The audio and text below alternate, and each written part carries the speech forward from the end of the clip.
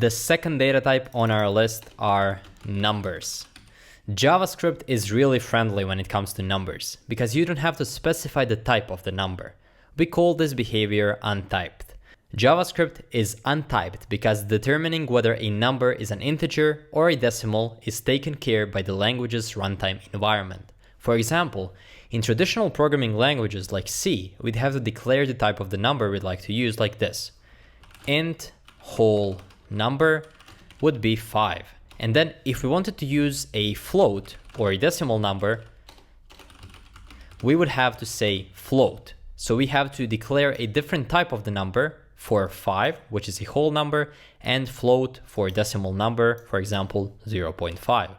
In JavaScript, we can just use plain old const or let and use any number we'd like. For example, we can say const whole number, make it equal to 5, or we can use const decimal number and make it equal to 0.5, for example.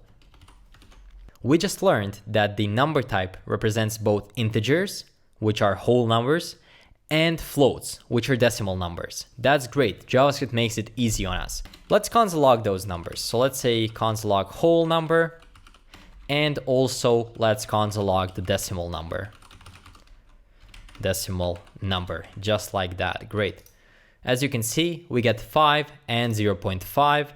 We can change it to 5555, for example. We can have really large numbers. We can say 10. We can really do anything we want. And you can put this as small as 0.33333 or really anything you'd like. JavaScript doesn't care. As long as it's a number, you can declare it as a normal variable. There are many operations for numbers. For example, multiplication, division, addition, subtraction, and so on. So let's try to do some of them.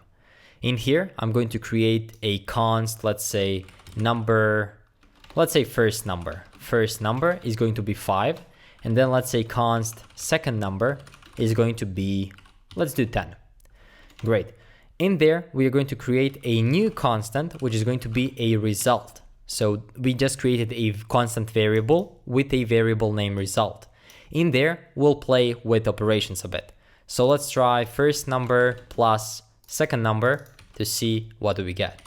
And of course, to see the result, we need to console log result.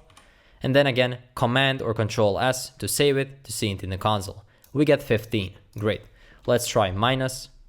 We get -5. That means that JavaScript numbers work with negative values as well. We can also try some multiplication right there. We get 50, or we can try to divide it. We get 0.5. As you can see, it immediately turned it from a whole number down to the float or the decimal number. We're going to learn much more about many different operations for numbers, string, and so on after the data types video. So immediately after this section, the operations will come.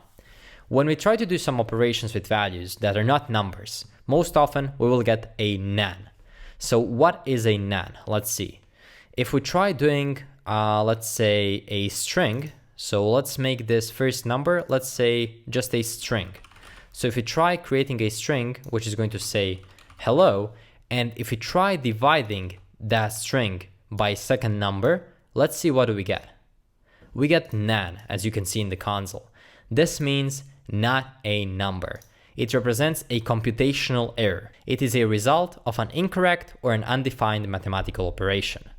If we bring this back to where we had the first number, so where we had a normal operation, what do you think we would get if we do type of and then let's say result? Of course, it's going to be a number because number is a valid data type in JavaScript. But now there is a trick question. It's a really stupid thing in JavaScript. What if we brought this back to where we had a string, for example, hello, and we divide that string with a number?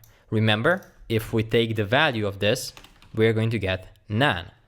So the question is, what do you think the result of type of nan is going to be? The type of nan, which stands for not a number, surprisingly, is a number.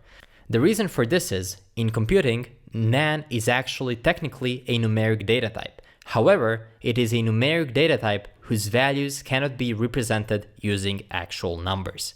Don't overthink this too much. Numbers are quite straightforward in JavaScript. Let's move on to Booleans.